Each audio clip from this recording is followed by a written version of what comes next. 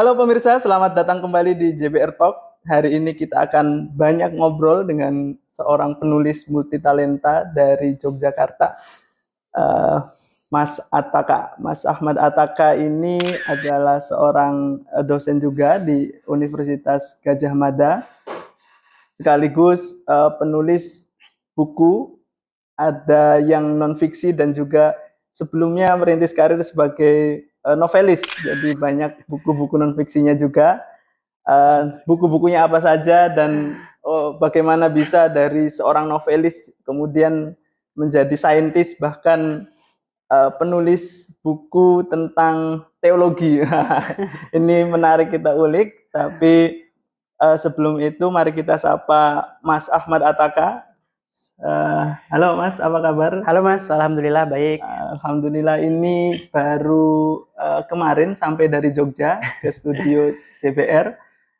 Kita akan ngobrol banyak, mungkin soal pendidikan dulu. Ini menarik pendidikan Mas Ataka ini. Bagaimanapun juga tergolong langka dan walaupun mungkin banyak ya, tapi di sekitar kita tergolong cukup jarang ya yang dari sarjana S1 kemudian langsung mengambil PhD gitu. Nah, salah satunya adalah Mas Ataka ini. Jadi S1 di Teknik Elektro UGM, kemudian melanjutkan langsung PhD, MPhil PhD di King's College London. Betul. Nah, sedikit cerita Mas, gimana itu asbabul wurudnya, bagaimana ceritanya dari UGM S1 kok langsung PhD di London lagi.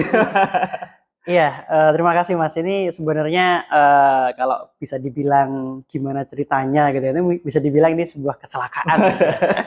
Nanti banyak mungkin yang pertanyaan-pertanyaan yang jawabannya kecelakaan gitu. Tapi ya itu faktanya. Jadi dulu saat S1 itu saya di bidangnya teknik elektro dan ya suka robotics gitu ya. Saya dan teman-teman bahkan sempat membuat usaha gitu untuk membantu para petambak udang. Waktu itu kita nyebutnya etnik. Sekarang masih running di running oleh teman-teman ya, namanya Jala di Jogja. Tapi di saat akhir-akhir kuliah gitu ya, saya semakin kuat keinginan untuk kuliah lagi. Ya, karena saya merasa bahwa kayaknya ilmunya masih sangat kurang nih untuk bisa bikin teknologi yang bermanfaat gitu. Nah, tentu saja yang namanya belajar teknologi pinginnya ke luar negeri gitu ya. Nah, tapi sebenarnya saya inginnya itu S2. Nah, niatnya S2, nggak ada niat. Jalur normal. Jadi for the record saya tidak pernah ikut kelas akselerasi atau apa, normal. Sebelumnya enggak pernah SMP, SMA gitu ya. Iya, enggak pernah, normal saja gitu ya. Nah, tapi waktu itu ceritanya nggak sengaja itu dosen saya itu membawa paper yang saya tulis. Jadi skripsi saya dijadikan paper, terus kita submit gitu ya ke conference. Ternyata dapat jadi salah satu award best paper gitu di conference di Taiwan. Nah, uniknya panitianya itu menyediakan 1 tiket pesawat dan 2 kamar hotel. Nah, itu satunya suruh terbang sendiri, satunya suruh berenang ya. Akhirnya kita diskusi, wah nggak ada funding nih gitu kan. Akhirnya dosen saya yang berangkat. Nah, tapi ternyata di sana itu salah satu rezekinya adalah keynote speakernya, namanya Profesor Kaspar ya. Itu beliau adalah kepala lab robotics King's College London gitu. Dan disitulah ketemu sama dosen saya. Ngobrol-ngobrol, saya lagi cari mahasiswa nih gitu. Terus dosen saya bilang, ini mahasiswa saya ini lagi nyari sekolah gitu. Ya udah, saya kirim email gitu kan. Lalu setelah itu dia bilang, kamu ada pengalaman riset, mending kamu ambil programnya jangan yang S2 by course gitu ya. Kan ada master by course waktu itu. Ambil program ini aja, namanya MPhil /PhD gitu. Wah, itu saya langsung pertama, kok ada garis miring PhD, ini apa nih gitu kan. Gimana itu Prof programnya gitu kan. Ya, nanti kamu tahun pertama itu kayak semacam S2 sebenarnya, tapi penelitian. Nah, kalau di tahun pertama itu cukup oke gitu ya, nanti itu sebenarnya langsung dianggap tahun pertamanya S3. Nah, di tahun pertama itu juga. Jadi nggak ngulang berarti ya. Tapi resikonya itu ya di akhir gelarnya cuma 1. Oke. Nah, terus kalau di tengah-tengah nggak jadi ya nggak dapat gelar gitu. Ya, tapi setelah diskusi dengan orang tua, dengan guru-guru saya, oh nggak apa-apa diambil kesempatan. Ya, begitulah akhirnya kecelakaannya. Ya. Akhirnya 4 tahun itu. Akhirnya 4 tahun. 4 tahun langsung. Langsung tapi walaupun misalnya langsung PhD, gelar MPhil-nya itu tetap nggak dapat Mas? Tetap nggak dapat. Jadi kalau resminya ya gelar saya itu sarjana teknik PhD gitu. Besar. Iya. Artinya memang garis miring itu ya kalau nggak kuat PhD MPhil aja gitu. Ya mungkin begitu ya. Betul. Jadi sekarang selepas dari London, sebelum pulang ke Indonesia mampir dulu di Singapura sepertinya. Iya, jadi saya sempat postdoc di sebenarnya niatnya tuh langsung ke Singapura ya, tapi waktu itu istri saya mau melahirkan anak kita gitu ya. Jadi saya menerima tawaran mantan bos saya untuk postdoc sebentar di UK. Di Queen Mary University, lalu ke NTU, ya, baru kemudian pulang ke Indonesia. Di NTU berapa lama itu? Cuma berapa bulan ya? Oh, nggak sampai 1 tahun. Sampai setahun, 8-9 bulan kali ya. Oke. Artinya memang transit cukup lama di Singapura. Sebenarnya iya, karena ada bukaan dosen dan kampus butuh dosen untuk segera bertugas begitu ya. Iya. Itu. Akhirnya akhirnya kembali ke UGM. Ke UGM. Di UGM sekarang di Fakultas Teknik. Betul. Jadi kalau di kampus memang ya seputar robotik spesifik atau ya sebenarnya cukup luas. Jadi saya di Departemen Teknik Elektro dan Teknologi Informasi itu ada teknik elektro, ada teknologi informasi, ada teknik biomedis gitu ya. Nah, semua topik yang ada robotiknya kayaknya hampir saya semua yang ngajar ya. Tim teaching juga sebenarnya sama dosen lain, tapi ngajar beberapa mata kuliah lain juga sih di luar itu. Nah, tapi sebelumnya atau ketika PhD Mas terlibat banyak penelitian seputar robotika dan medis kalau tidak salah itu. Iya, betul. Itu di UK. Itu di UK, betul. Jadi memang kebetulan tadi ya ternyata ini masih berhubungan sama tawaran profesor saya tadi. Jadi ternyata saya baru tahu kemudian ajakan beliau itu ada makna lain gitu ya. Iya. Ternyata karena kalau saya daftar S2 biasa yang by course, itu banyak kuliahnya. Nggak bisa langsung riset. Nggak bisa langsung riset. Tapi kalau MPhil PhD itu riset semua gitu ya. Nah, nggak ada kelasnya sama sekali. Nggak ada kelasnya sama sekali. Nah, riset semua sehingga tadi profesor saya waktu itu lagi jadi PI ya, Principal Investigator gitu ya, kayak ketua dari salah satu proyek untuk membuat robot medis gitu ya. Berbasis robot lunak namanya, robot empuk gitu ya. Robot lunak. Orang Jawa itu yang bisa masuk ke tubuh manusia gitu. Nah, ternyata saya diminta bantu-bantu di situlah seperti itu. Sekaligus mengerjakan topik untuk S3. Berarti terlibat dalam tim inti pembuatan robot lunak itu? Iya, sebenarnya saya algoritmanya sih. Dan sebenarnya proyeknya pun sudah berjalan saat saya join. Jadi saya bantu finishing lah di akhir, setahun doang gitu di situ. Nah, baru kemudian terus gara-gara itu diajak proyek yang lain akhirnya. Berlanjut ya. Berlanjut. Tapi secara penggunaan atau aplikasi setelah proyek itu jalan berarti digunakan di rumah sakit gitu. Nah, waktu itu sebenarnya masih belum karena ini masih baru. Jadi kalau robot medis secara umum ya untuk operasi surgical robot itu sebenarnya sudah ada. Tapi yang beredar di pasaran saat ini yaitu rata-rata istilahnya itu rigid robot gitu Mas. Jadi robotnya itu kaku gitu ya, kayak dari logam gitu ya. Nah, itu ketika masuk ke tubuh manusia pertama beresiko melukai, sakit gitu ya. Kedua ya gerakannya tidak fleksibel gitu. Nah, makanya orang bikin soft robot namanya. Jadi robot yang terinspirasi dari kayak gurita gitu misalnya ya. Yang soft nih bener-bener fisiknya soft ya. Fisiknya bukan software gitu ya. Ya, jadi benar-benar fisiknya, mekaniknya itu terbuat dari silikon misalnya atau kain, jadi lebih aman untuk digunakan. Tapi memang itu masih ongoing project sih. Setelah itu pun profesor saya masih ada project-project lain sampai sekarang bahkan karena itu di sana itu memang tidak bertahap cukup lama lah untuk teknologi itu bisa benar-benar masuk ke market begitu. Iya. Apalagi ini untuk medis ya. Apalagi untuk medis. Pasti prosesnya akan lebih panjang. Melewati QC dan lain-lain kan. Betul. Nah, setelah pulang dari Singapura langsung ke UGM. Iya, saya mengajar di Alma Mater ini. Betul.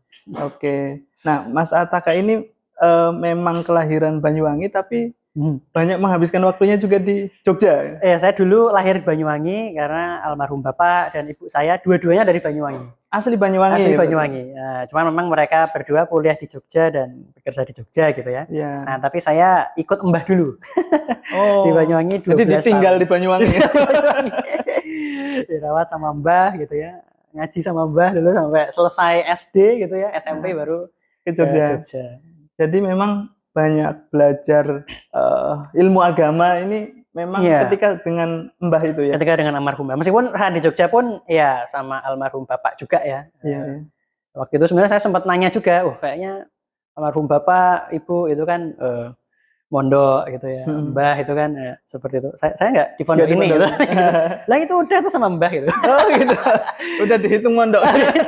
Tapi memang tidak masukkan ke dalam pondok secara formal. Iya, secara formal ya. Mbah memang ada musola gitu ya dan ngaji di Langgar setiap hari begitu. Tapi memang tidak secara formal pesantren. Waktu itu kan saya ditanya juga, memangnya apa yang ingin dicari dari pondok gitu. Ya kan kemandirian, saya bilang gitu. Nah, terus bapak saya bilang, oh ya kalau kemandirian itu bukan soal tempat. Nah, itu soal kemauan. Memang dari kecil sudah diajak berpikir filosofis. Oke, akhirnya memang diputuskan untuk tidak mondok di Jogja. Berarti sekolah negeri. Sekolah negeri. Jadi memang tadi dari kecil sampai S3 ya. Formally speaking memang sekolahnya sekolah formal negeri gitu ya. Cuma di rumah aja sama almarhum bapak dan sama almarhum mbah waktu kecil ya. Nah, ini masih ngomongin seputar Jogja karena tadi Mas Ataka cerita menghabiskan banyak waktu SMP, SMA-nya di Jogja. Ini hal yang mungkin dengan sosok Mas Ataka sekarang sudah banyak dilupakan orang. Ataka sebagai novelis. Wah, ketahuan ini. Wah, ini harus kita kulik ini. Dan bukunya tidak sedikit. Pemirsa, buku Mas Ataka ini kalau tidak keliru 4 ya. Novel. Iya, waktu remaja 3 sih ya. 3 waktu remaja ya. Yang serial 1 ya. Itu 1 lagi tidak berseri. Detektif gitu ya. Detektif penggemar Harry Potter. Kisah detektif ini Mas ya. Iya, kalau yang pertama itu yang pedang Skin Health ya, itu fantasi ya. Fantasi. Nah, ini juga tergolong jarang Mas. Sampai sekarang itu novel fantasi di kalangan teman-teman penulis lokal itu ya, itu masih jadi genre yang jarang dimasuki. Bahkan ada komunitas penulis fantasi sekarang itu. Nah, karena memang secara market ini agak sulit, secara teknis juga mungkin challenging gitu ya. Nah, itu terjadi ketika Mas Ataka SMP ya. Jadi waktu itu gimana Mas ceritanya? Apakah ada trigger dari lingkungan kah atau memang dari keluarga? Iya. Lagi-lagi ini mungkin sedikit kecelakaan juga. Dan lagi-lagi privilege. Jadi alhamdulillah ya saya tumbuh di keluarga yang cukup punya kepedulian terhadap buku gitu ya. Almarhum yang saya waktu saya di Banyuwangi, almarhum bapak saya maupun ibu saya gitu ya, kayak ketika mereka melihat saya itu suka membaca itu kayak wah dibeliin terus gitu. Meskipun lama-lama mereka bingung juga, baru 1 jam udah selesai. Satu novel itu. Satu komik gitu misalnya, atau novel mungkin beberapa hari gitu ya. Termasuk dulu saya sangat suka dengan novel waktu baru rilis ya, itu Harry Potter, terus Lord of the Rings ya dari Tolkien. Sebenarnya berawal dari situ sih.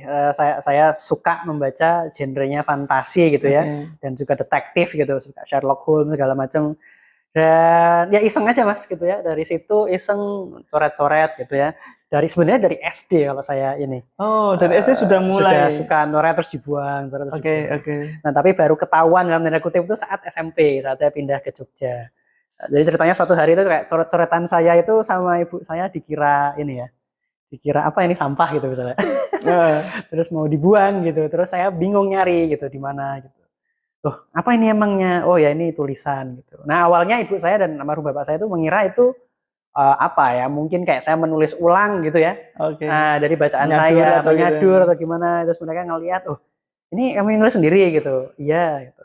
Ya udah dari situ terus almarhum bapak saya memang karena beliau ini apa ya, yang saya sangat respect itu beliau itu kalau melihat anaknya suka sesuatu itu beliau kayak apa ya, kayak full support gitu ya, nggak setengah-setengah gitu ya.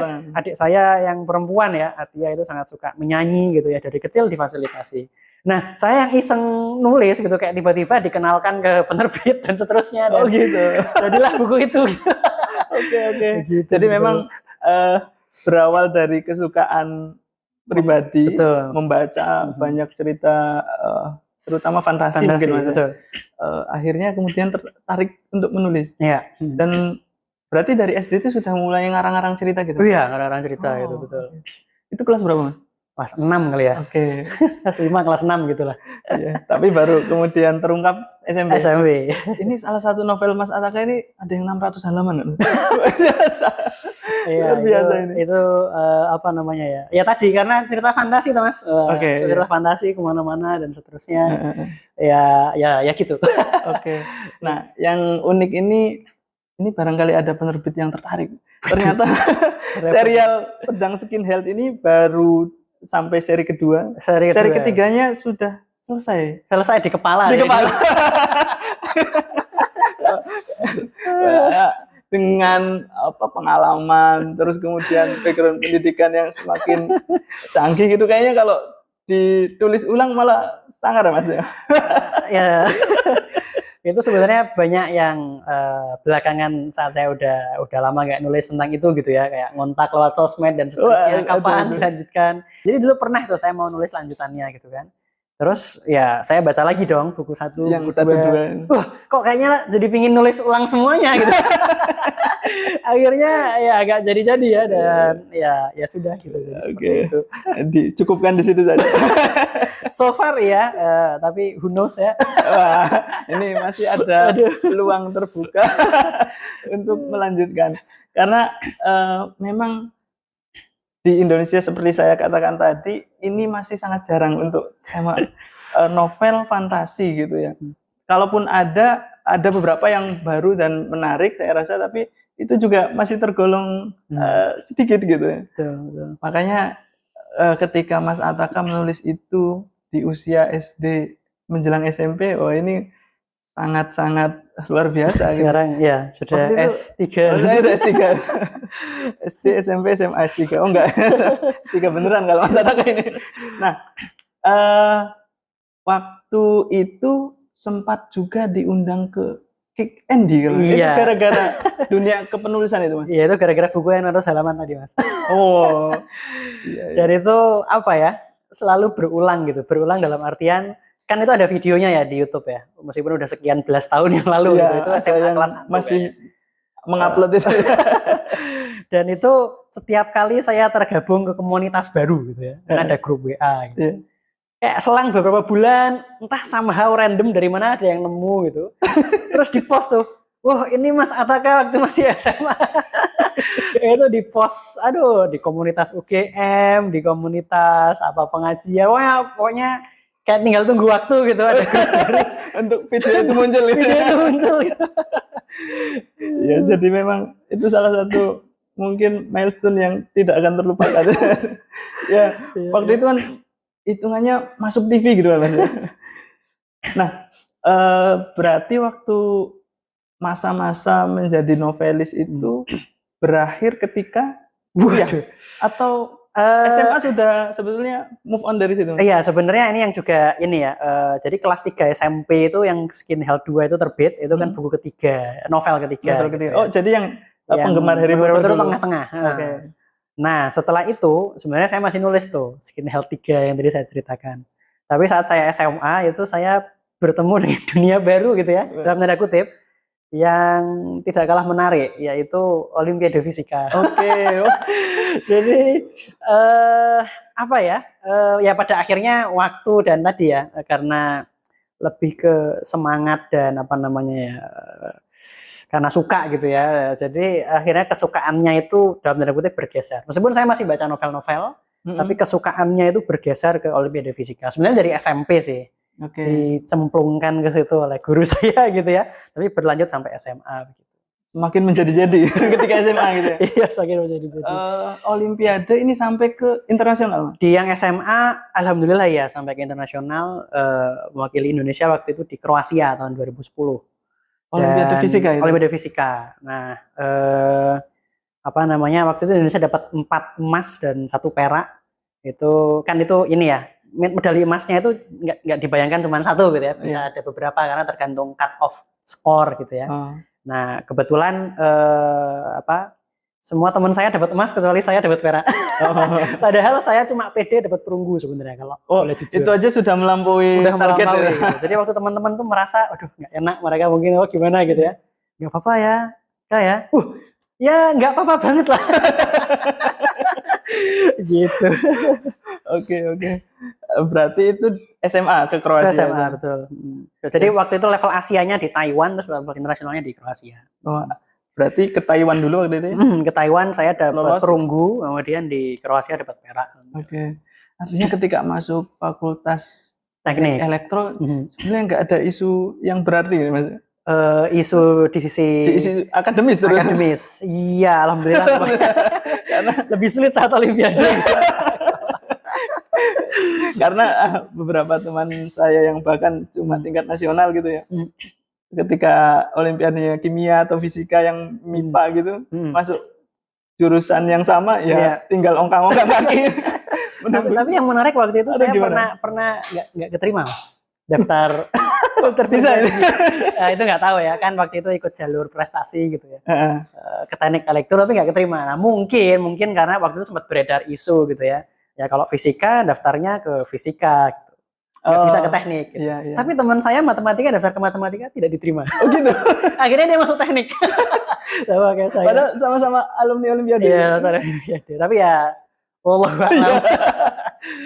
Oke. Nah, ini menarik ya. Padahal yang ikut Olimpiade itu 1 di antara sekian ribu. Nah, berarti selama kuliah juga sebetulnya masih bergelut pada dunia teknik, dunia fisika, kimia gitu ya. Nah, itu juga ini lagi bergeser lagi tuh. Pergeseran baru apa nih, Mas? Pergeseran barunya adalah ketika di teknik itu kan saya kenapa kok milih teknik, karena saya pikir kalau jadi fisikawan itu kayaknya mikirnya sangat abstrak gitu ya. Nah, sehingga saya memilih di teknik gitu. Dan di teknik itu ketemu dengan robotics gitu. Nah, itu something yang miss gitu ya saya karena kita bisa memprogram sesuatu, kita bisa lihat hasilnya dan banyak fungsinya gitu ya. Terus ya akhirnya bergelutnya di robotics seperti itu. Nah, buku terbarunya malah judul Logika Keimanan. Ini nggak ada fisikanya, nggak ada robotiknya. Nah, ini pergeseran di mana lagi nih, Mas? Bertemu dari tadi bergeser terus ya. Itu juga kecelakaan juga. Bertemu dengan pemikiran-pemikiran filsafat, teologi, kalam gitu ya terutama. Ini apakah hasil dari pengembaraan di UK? Nah, sebenarnya sebelum di UK sih. Jadi sebelumnya mungkin memang disclaimer ya, saya tidak pernah ada niatan lagi-lagi ya untuk menulis topik teologi dan seterusnya ya, karena saya bukan teolog gitu ya. Cuma memang saya backgroundnya tadi ya, dari kecil sampai SMA itu formally ya sekolah formal gitu ya, sekolah negeri dan di bidang engineering, fisika terus engineering gitu ya. Dan saya suka baca buku, termasuk buku-buku sains populer lah. Disitulah kemudian muncul banyak pertanyaan gitu di kepala saya waktu itu. Karena apa namanya ya saya waktu kecil kan diajari mbah gitu ya. Misalnya tentang sifat-sifat Tuhan gitu ya, Allah wujud, qidam, baqo, mukhalafatuhu lil hawadits dan seterusnya gitu.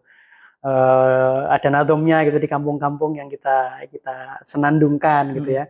Nah, tapi ketika baca beberapa tokoh gitu ya di buku sains populer itu saya seperti dapat sentilan gitu, karena tidak sedikit yang seperti mengindikasikan bahwa kayak ya udah alam semesta ini segala sesuatu yang ada gitu, nggak ada something beyond that gitu ya.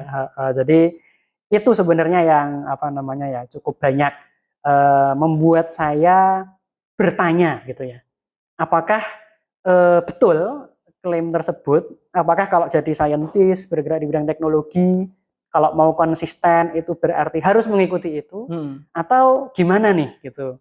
Dan itu berlanjut saat di UK. Nah, saat di UK ya gitu ya, kalau di UK pertanyaan-pertanyaan tentang keimanan, karena mereka tahu saya Muslim, saya puasa, apalagi waktu itu lagi rame ISIS ya.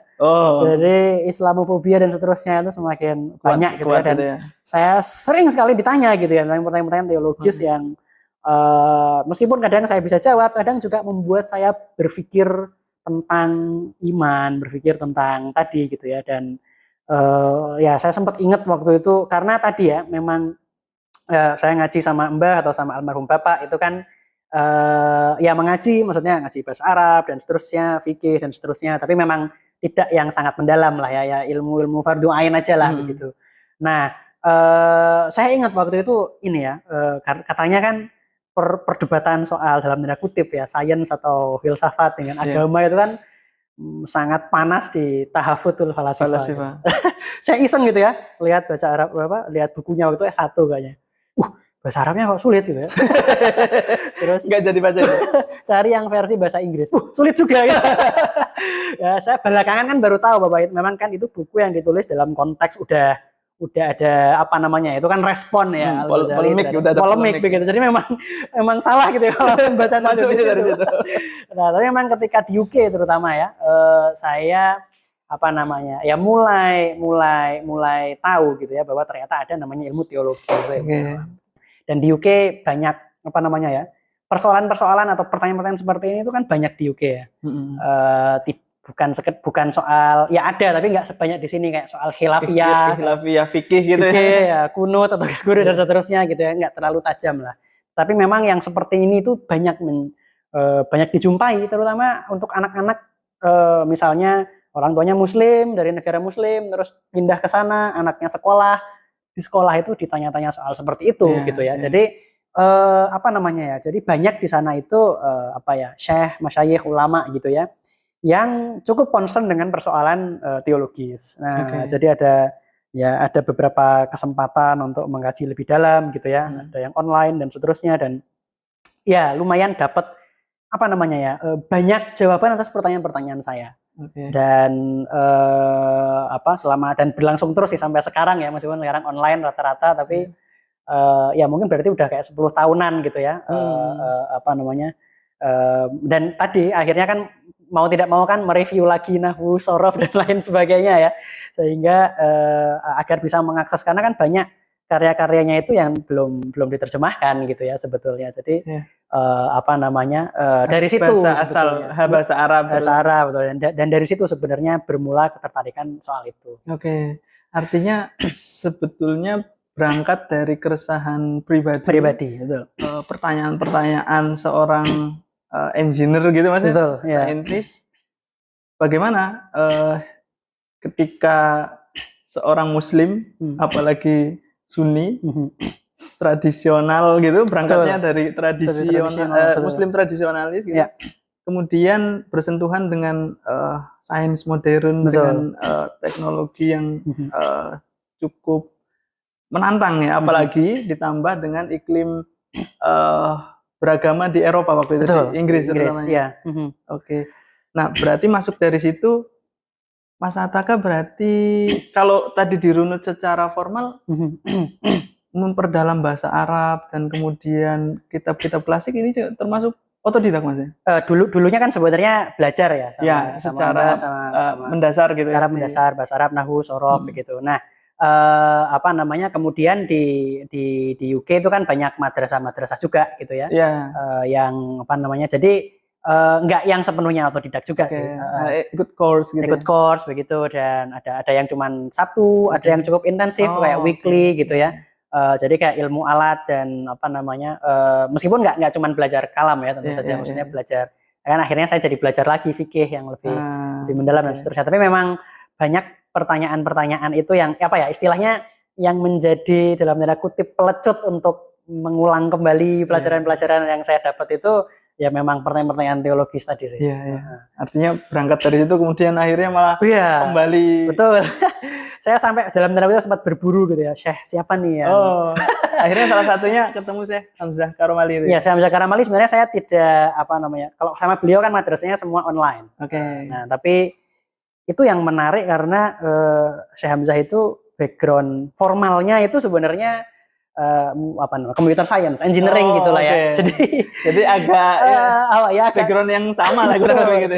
Dan ya beliau seorang guru yang menurut saya luar biasa dalam menjelaskan ya. Jadi bukan karena kan ya ilmu kalam itu sesuatu yang rumit ya.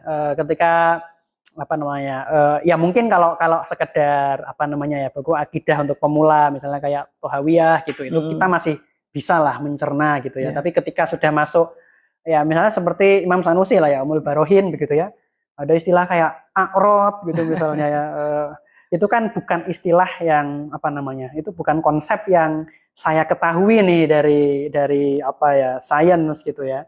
Nah gimana nih menemukan istilahnya gimana memahami itu dari perspektif sekarang gitu. Nah Syekh Hamzah itu tadi beliau bagus sekali dalam, di satu sisi beliau tetap berakar kepada turos ya. Jadi ngaji misalnya tadi Umul Barohin, Syahrul Aqaid dan seterusnya, tetapi dalam menjelaskan beliau itu sebetulnya cukup bagus dalam memberikan contoh-contoh yang kontemporer, yang relatable lah dengan kita gitu ya. Jadi karena memang banyak contoh-contoh yang misalnya di syarah atau hasyiah itu kan kayak kadang-kadang kemana-mana gitu ya.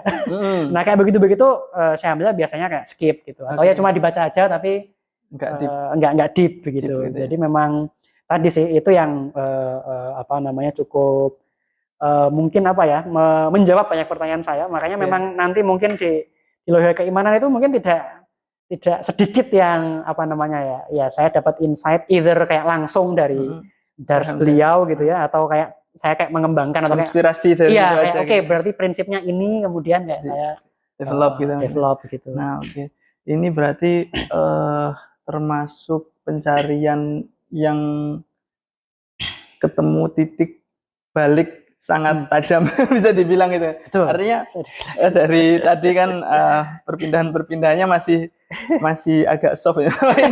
Ketika di UK malah putaran balik yang cukup tajam gitu. Nah, kalau terkait dengan bidang Mas Ataka ini, jadi memang kalau buku yang sudah terbit tadi Mas ya 4 termasuk dengan buku Logika Keimanan ini. Atau ada 3, lagi? Terus ada satu lagi sebenarnya Mas, yang saya tulis saat saya di UK. Ada satu lagi. Ada satu namanya Inspirasi dari Tanah Eropa. Saya nulis bareng Mas Aryo Muhammad. Betul, itu macam-macam sih, cerita tentang di Eropa, cerita tentang saat Olimpiade ke Kroasia dan seterusnya. Meskipun nggak semua kayak saya ceritakan, tapi kayak pelajaran-pelajaran yang menarik gitu. Ya benar-benar inspirasi itu Inspirasi, betul. Oke. Berarti menulis berdua. Buku itu. Berarti tergolong kalau ngitung itu 5 sama Logika Keimanan. Oke. Nah ini memang dan ini pun gimana ini? Ada yang bisa diceritakan dari tadi ini? Saya meskipun tadi ya pertama kan saya belajar mungkin bisa dibilang dalam tanda kutip ya agak dalam gitu ya, untuk ukuran yang bukan dari mungkin orang syariah gitu ya, tentang kalam kan, karena untuk menjawab pertanyaan-pertanyaan saya pribadi gitu ya. Jadi dan meskipun tadi ya ada yang ngaji, ada yang ikut pengajian, ngaji kitab dan seterusnya, tidak sedikit juga yang saya explore sendiri juga gitu ya. Karena memang tidak semuanya saya temukan jawabannya, tapi at least saya explore sendiri. Nah, dan at that point sih saya merasa bahwa ya udah ini ilmu yang bagi saya, karena saya yang punya pertanyaan, ya temu jawabannya, that's it gitu. Itu versi saya gitu ya. Dan untuk menjawab pertanyaan saya nggak merasa bahwa kayaknya ada yang butuh atau kayaknya harus ditulis gitu. Nah, dan meskipun saya udah lama tuh pengen nulis ya, menuangkan kayak banyak hal lah yang saya kira menarik bagi saya tentang teologi dan sains itu ya. Tapi memang tidak untuk orang lain sebenarnya, untuk diri saya sendiri juga gitu ya. Ya sekedar untuk merefresh apa yang saya dapat dan seterusnya. Nah, tapi nggak ada niatan sama sekali untuk untuk di-share ke orang gitu ya. Mungkin pertama kali saya share itu kayak ke istri. Oke. Akhirnya istri saya juga punya banyak pertanyaan yang unik-unik lah ya. Backgroundnya sama Mas? Backgroundnya teknik juga tapi informatik lah ya, information gitu. Dan ya dia dulu Olimpiade Matematika dan menekuni logik gitu ya. Jadi kayak sangat kritis gitu. Dan dulu ya misalnya dia pernah di sekolah ya itu kayak bertanya tentang apa hubungannya Nabi Adam dan manusia purba gitu. Guru SMA kalau ya. Nah, dan istri itu suka bertanya gitu ya, dan dalam banyak hal, dalam banyak kasus pertanyaan-pertanyaan itu dia tidak dapatkan jawabannya. Karena dan bahkan tidak sedikit orang yang ya bilang ke dia, "Ya ngapain sih ditanyain," atau apa namanya ya. Nggak usah lah terlalu. Nah, ketika apa namanya ya ketika menikah dengan saya dan di rumah tangga karena dia suka ngobrol, saya juga suka mengeksplor gitu ya. Sering tuh kita apa namanya bertukar pikiran, dia nanya-nanya terus saya memberikan jawaban, dia nanya lagi gitu ya. Jadi kayak apa ada proses diskusi gitu di situ, dan disitulah istri saya sampai mikir gitu, kok yang seperti ini nggak pernah diajarin ya saat padahal istri saya itu waktu dari kecil kan sebenarnya di sekolah yang ya sekolah swasta yang inilah ya sekolah Islam. Gitu lah. Tapi dia tidak merasa mendapatkan apa ya jawaban atau keleluasaan untuk bertanya tentang hal-hal seperti itu. Nah makanya dia kayak merasa bahwa kayaknya nih apa ya topik penting dan seterusnya gitulah. Nah tapi tetap aja saya nggak nulis gitu ya awalnya.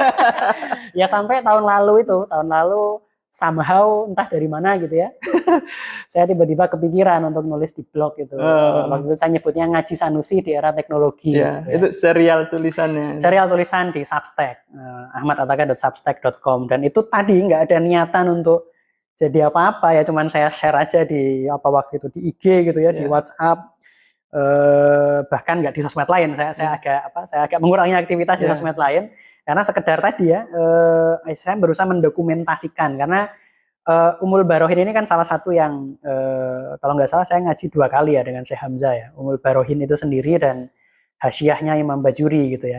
Dan saya cukup suka gitu dengan cara Imam Sanusi membawa pembacanya untuk sampai ke kesimpulan yang beliau inginkan. Itu cukup terstruktur, nggak yang sangat rumit ndake-ndake gitu ya, meskipun ya kalau mau yang lebih ndake ada lagi gitu ya kitab beliau yang lain, tapi keep it simple gitu ya, sehingga kayak wah ini menarik nih bagi saya gitu, dan itu yang saya tulis di blog gitu ya. Dan ya udah, jadi niatnya sebenarnya hanya tulisan catatan personal gitu di blog. Makanya pertanyaan-pertanyaannya mungkin kan aneh-aneh ya bagi sebagian orang.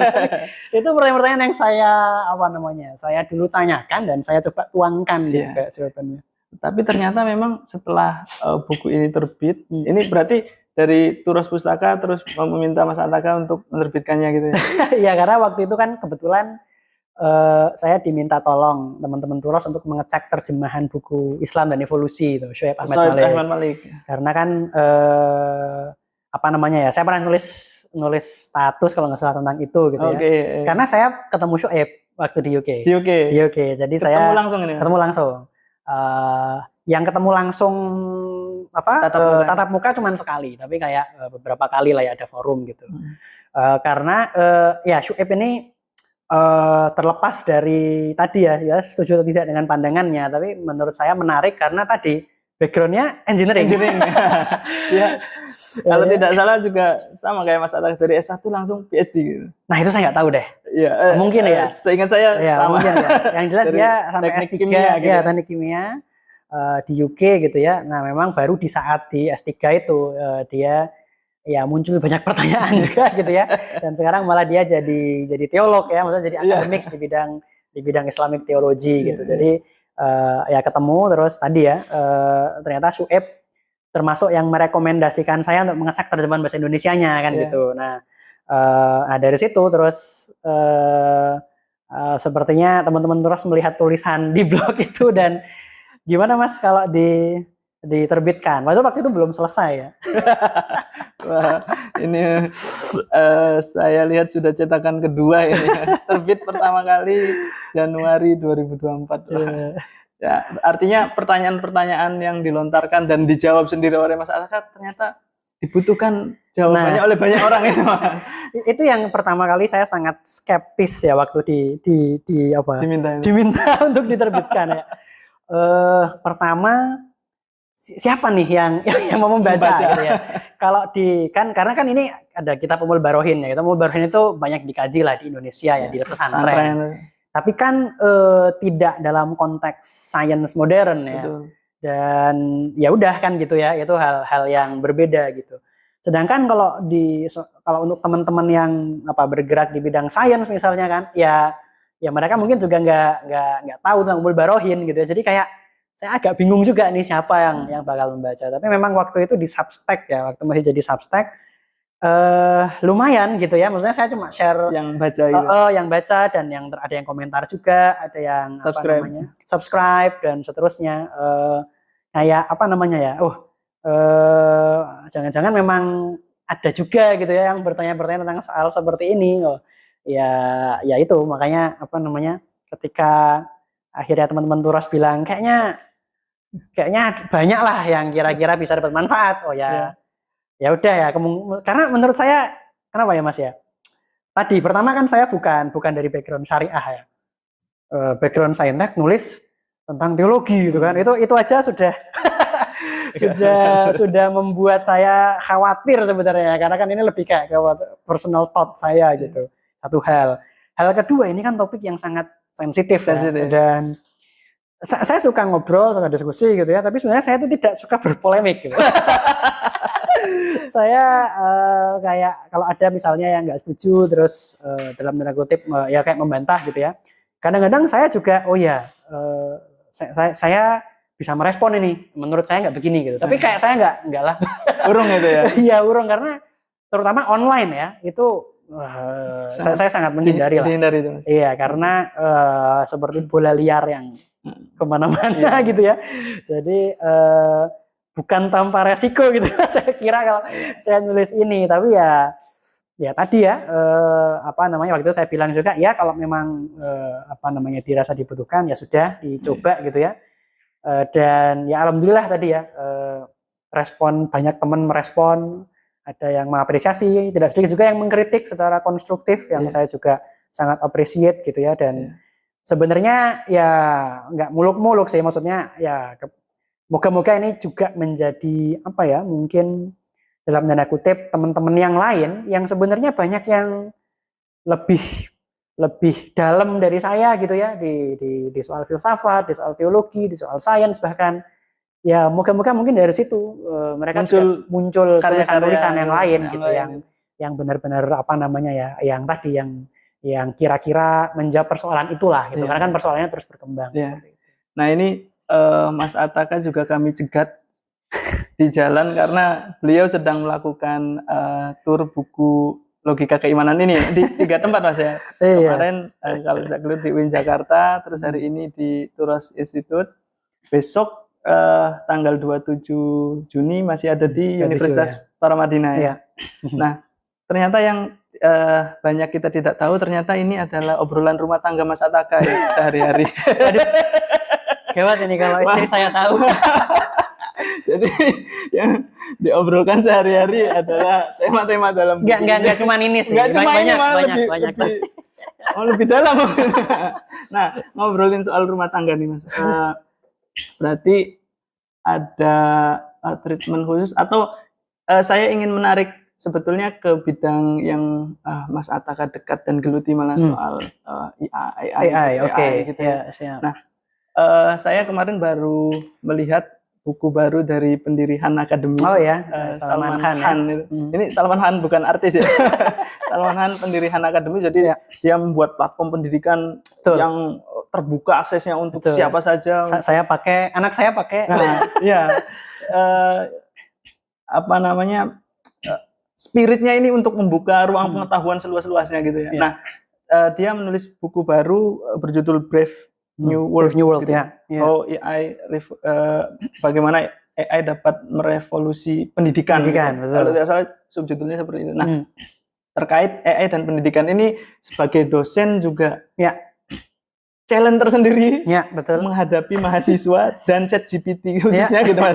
Nah, kalau menurut Mas Ataka sendiri, bagaimana sebetulnya ini kalau sekarang mungkin tantangan, tapi saya ingin lebih jauh. Menurut Mas Ataka, bagaimana ke depan hubungan antara AI dengan pendidikan, khususnya pendidikan formal ya, di sekolah, di kampus gitu. Apakah akan berdampak positif, khususnya di Indonesia Mas ya, dengan kondisi dan sumber daya yang seperti ini, atau malah agak pesimis dengan perkembangan hal itu gitu? Oke, sebetulnya memang apa namanya ya, ini persoalan yang mungkin tidak bisa dijawab sekedar yes or no, tapi memang ini saya ingat betul, karena memang saya sejak postdoc di Singapura ya, memang bidangnya robotics, tapi saya mulai menggunakan AI untuk robot gitu. Itu jauh sebelum era ChatGPT. Ya beberapa tahun lah ya sebelum ChatGPT. Nah, apa namanya, dan tadi ketika sebelum ChatGPT sebenarnya kan orang sudah lama mengembangkan apa namanya ya, bahan-bahannya gitu lah kan. Kita nyebutnya networknya namanya transformer gitu ya untuk ChatGPT itu, dan itu dikembangkan sama Google, terus pakai reinforcement learning juga teknologinya namanya, dikembangkan sama Google DeepMind dan seterusnya. Jadi sebenarnya memang tidak sangat kaget ketika ChatGPT muncul, tetapi memang ChatGPT itu kan didesain agar mudah digunakan ya. Kayak dulu kita kayak tinggal ngechat kan gitu ya. Nah, itu yang membuat itu berbeda, dan wah, usernya langsung sangat banyak sekali gitu ya. Dan saya ingat betul waktu itu saya tunjukkan ke grup dosen. Karena saya nunjukkannya gini. ChatGPT ini saya kasih soal ujian saya.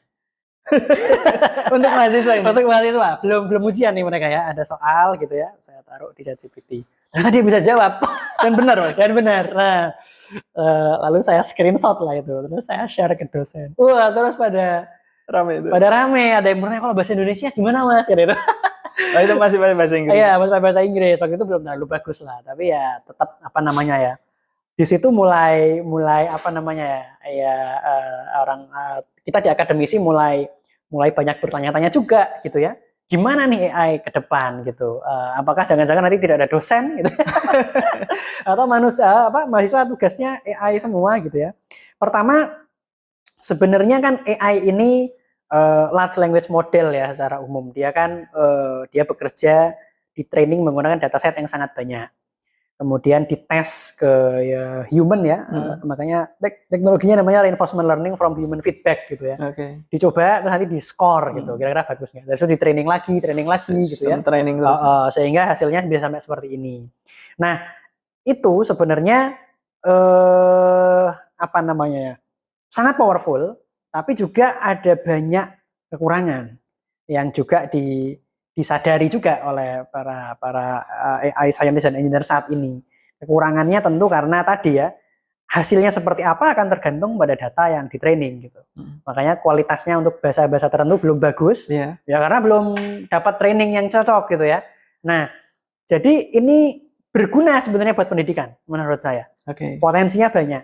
Misal kita mau diskusi tentang sesuatu gitu. Misalnya dosen mau nulis research grant gitu ya. Ketahuan nih saya sekarang research grantnya dibantu ChatGPT gitu ya.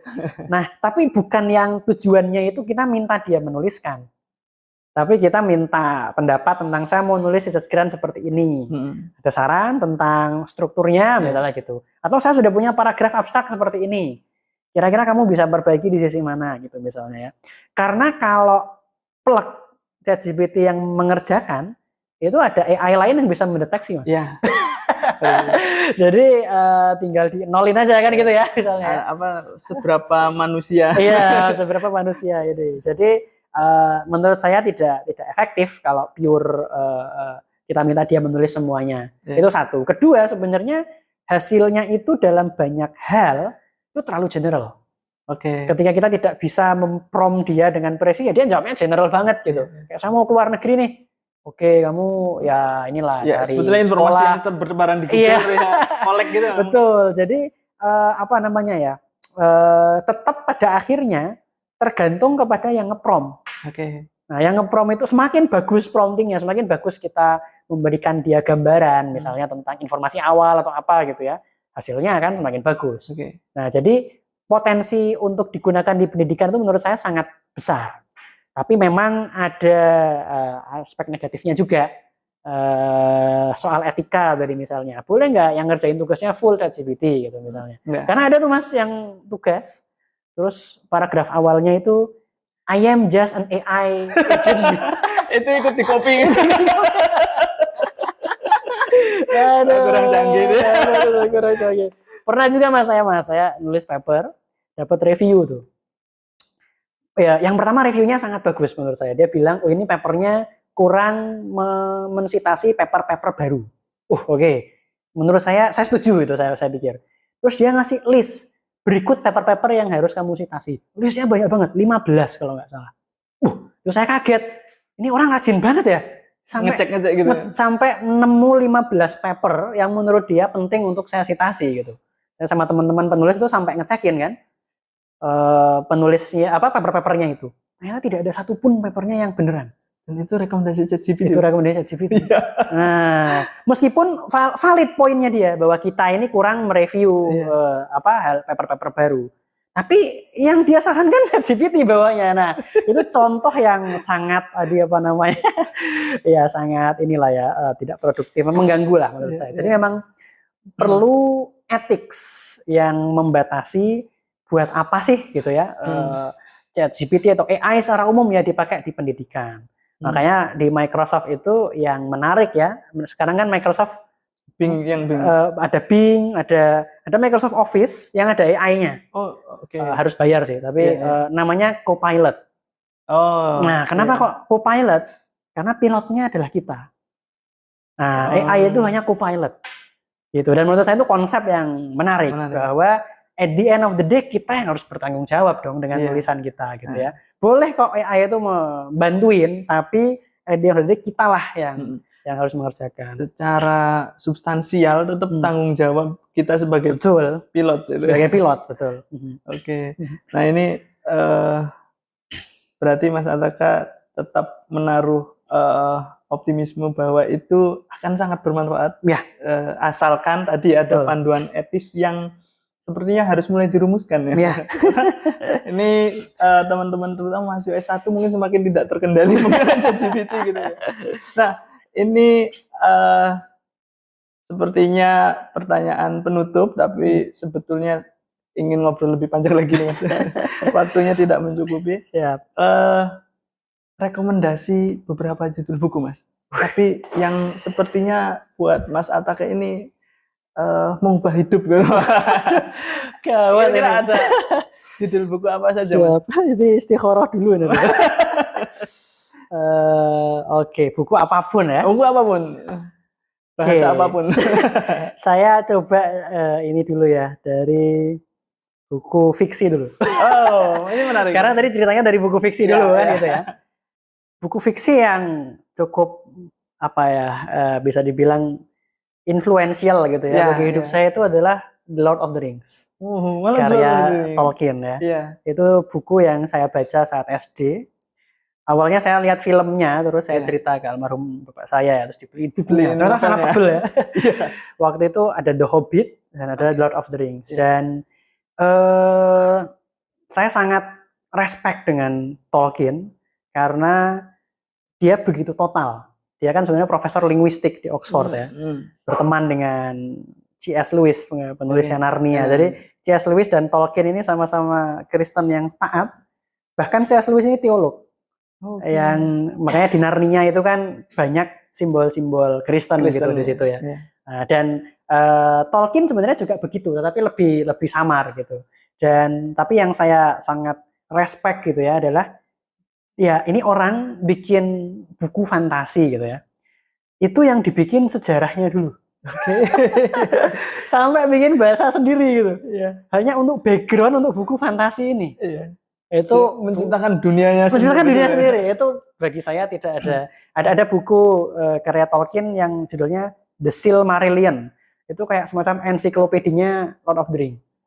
Itu satu buku sendiri. Dan Lord of the Ring itu cuman kayak apa ya, mungkin beberapa halaman terakhir dari karena itu kan Lord of the Ring itu kan Third Age kalau nggak salah ya, itu kayak dari zaman Tuhan menciptakan dunia Lord of the Ring. Iluvatar itu dia nyebut nama Tuhannya. Ini menurut saya wow, itu cukup mengubah hidup ya, karena saya belajar totalitas gitu dalam banyak hal ya, dalam berkarya. Itu satu. Buku kedua nih ya. Aduh, repot ini. Buku kedua yang mana ya? Buku kedua di bidang sains deh. Ini bingung Mas Ataka karena saking banyaknya bukan nggak ada ya. Yang kedua sains. Buku di bidang sains. Ini buku yang menurut saya sangat bagus, sangat influential, meskipun ada banyak hal yang saya tidak setuju gitu ya, dan menggugah perjalanan pertanyaan tadi. Itu adalah Kosmos, karya Carl Sagan. Dia tidak lahir di Sagan, Jogja ya. Dia orang UK, astronomer gitu ya, sangat terkenal. Dia sangat bagus menulis buku sains populer. Sebenarnya di UK itu kan, kalau kita kan mungkin siapa sih saintis yang pintar nulis gitu? Mungkin yang akan disebut pertama kan Stephen Hawking ya. Saya lebih suka Sagan. Dan buku itu cukup menggugah saya tentang betapa besarnya gitu ya alam semesta ini, karena itu cerita tentang planet Mars waktu planet Merkuri, Venus waktu kita ngirim probe ke sana gitu ya. Itu luar biasa menurut saya, dan saya masih menganggap itu buku sains populer terbaik gitu ya. Meskipun saya tidak setuju dengan pandangan filosofisnya gitu. Dan itu yang tadi ya, yang alam semesta adalah segala sesuatu yang ada, itu yang memulai tadi pertanyaan yang membuat saya kecemplung ke teologi gitu. Itu kalau saya. Satu lagi mungkin mungkin buku teologi nih. Tadi udah sains, mewakili. Udah fantasi gitu ya. Sulit untuk memilih ya, tapi mungkin serial Akidah yang ditulis Imam Sanusi tetap menjadi pilihan gitu ya. Jadi beliau menulis itu sebenarnya banyak ya, tapi yang beliau beri penjelasan itu kan ada 5 ya. Al-Muqaddimat itu introduction gitu ya. Kemudian Sughra itu yang tipis. Kemudian Sughra itu Umul Barohin yang jadi lauhiyah keimanan. Kemudian Wusto, kemudian Kubro. Dan semua itu beliau selain menulis teks matannya gitu ya, beliau menulis penjelasannya. Syarahnya juga. Dan di situ saya melihat wow gitu, beliau ini bisa menjelaskan sesuatu yang mungkin bisa jadi rumit gitu ya, dalam versi yang sangat sederhana. Di Sughra itu sangat sederhana. Nah, yang mungkin cukup untuk orang-orang tertentu. Tapi beliau tidak berhenti di situ. Tidak mencukupkan di situ. Bahkan sebenarnya beliau itu nulis dari Kubro dulu kalau nggak salah. Terus disederhanakan itu ya prosesnya. Karena dianggap terlalu rumit, terus mundur gitu ya. Dan itu argumen itu tidak persis sama, Mas. Jadi kayak istilahnya tuh kayak, kamu mau argumen yang lain nih. Ini masih kurang. Yang lain nih. Gitu ya. Kayak wow, beliau luar biasa di situ menurut saya. Dan so far itu meskipun mungkin bias ya, karena termasuk serial yang baru saya baca gitu ya, maksudnya kemarin baru selesai gitu ya, tapi at least menurut saya itu cukup powerful gitu bagi saya saat ini. Mungkin itu, Mas. Terima kasih banyak Mas Ataka. Sama-sama, Mas. Sudah ngobrol banyak hal di JBR Talk. Jangan lupa pemirsa dimanapun berada, kunjungi jbr.id dan subscribe kanal YouTube kami di Jakarta Book Review. Jangan lupa juga follow kami di berbagai sosial media. Sampai jumpa di obrolan berikutnya. Dadah.